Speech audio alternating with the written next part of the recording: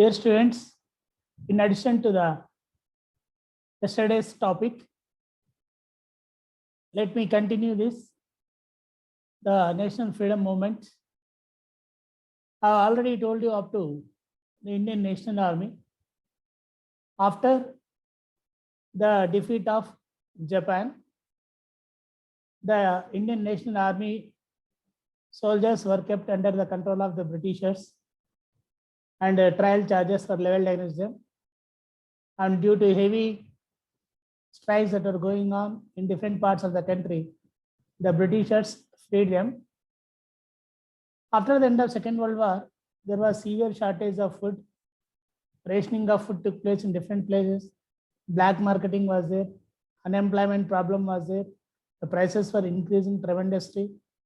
So because of all these reasons, everywhere strikes were there. Farmers were paid less wages. And all the different workers working in different departments, they were also paid very less. So in almost all parts of the country, many strikes were taken place, especially in the Port of Bombay. And not only in Port of Bombay, and almost all the naval places. And even Tibaga movement was started in West Bengal by the Provincial Kisan Sabha.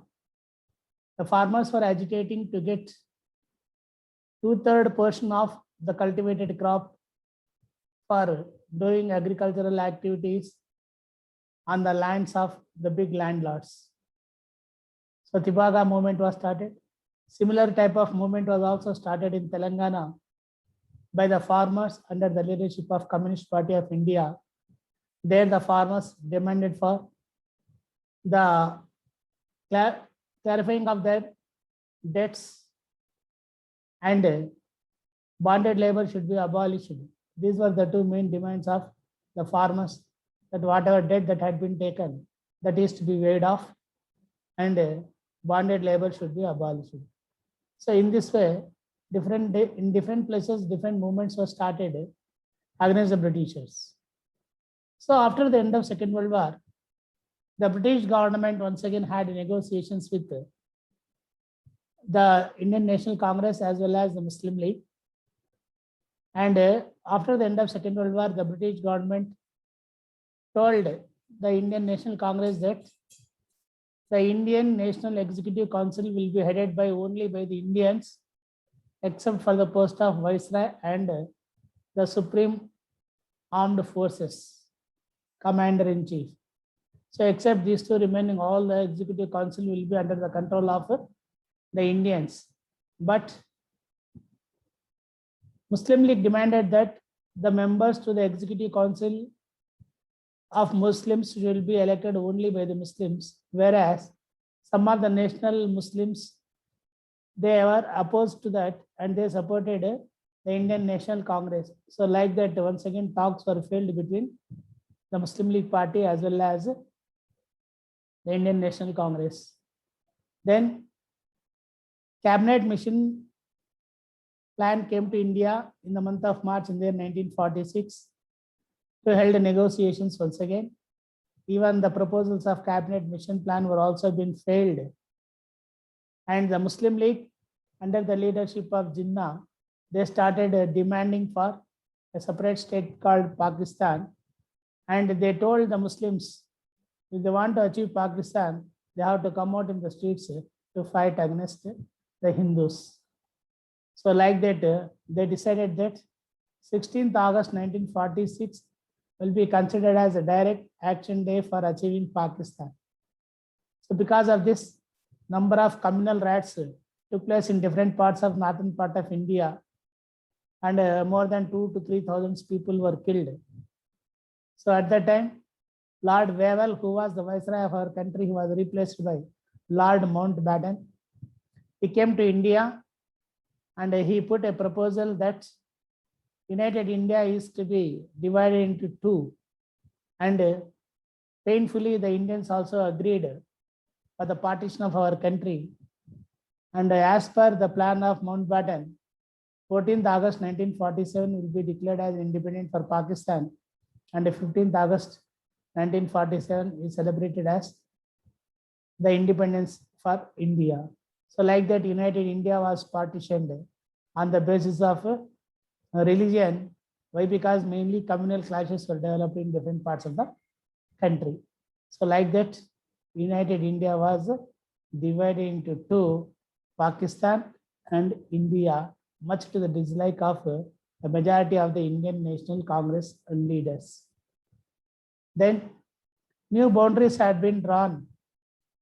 So the northwestern part of our country, mainly Punjab, Sindh, Northwest Frontier Province, Afghan, Baluchistan, all these places were formed into a separate state called as Pakistan, and borders have been drawn, and people have to be migrated from one place to another place, from one country to another country. So while this migration took place, so nearly more than 1.5 crore people were migrated from one area to another area. So during this process of migration also, looties and many people were attacked, and many people, they lost their life. And at that time, the Indian National Congress came out with the plan that Indians are committed for democracy, and in India, Muslims are also will be given a separate protection, and a right to minorities will be given in India, and India opted a secular state, whereas Pakistan opted an Islamic state. So from then onwards, in India, people belonging to different religion exist, and we adopt the policy of secularism. Secularism is nothing but giving equal priority for all the religions. So like that, India was divided into two, and then Gandhiji did not straight away go to Delhi to celebrate independence, but he was wandering in different areas where the communal clashes had been taken place, especially in the Bengal area, a place called as Nokhali. So he was very much deeply sad to see this type of violence that had been taken place. He never expected that this type of violence will take place, and he was felt very sad, and that was not liked by some of the Hindu anti-social elements.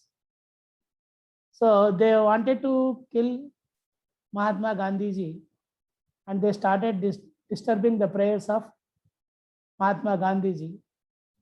Just before the real assassination, 2 days before, an attempt was made to kill Gandhiji.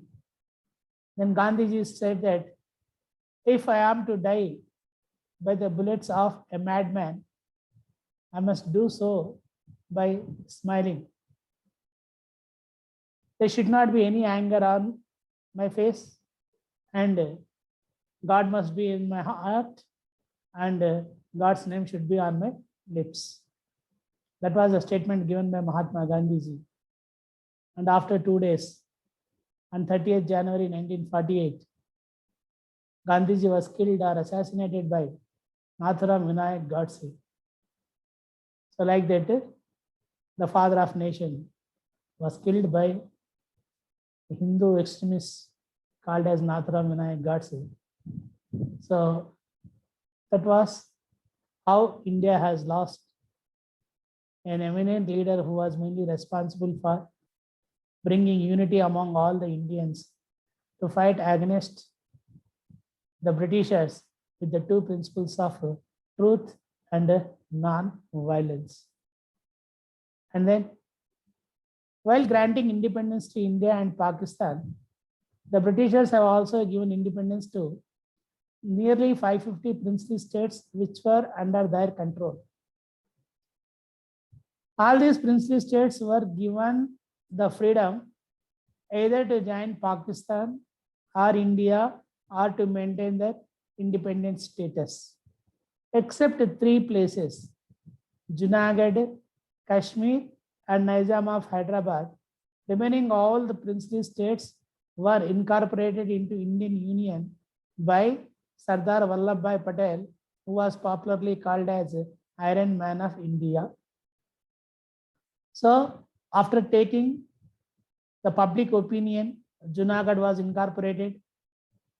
And when Pakistan wanted to attack Kashmir, then Kashmir king asked Indian Prime Minister that he was very much ready to be joining in the Indian Union. So like that it was incorporated.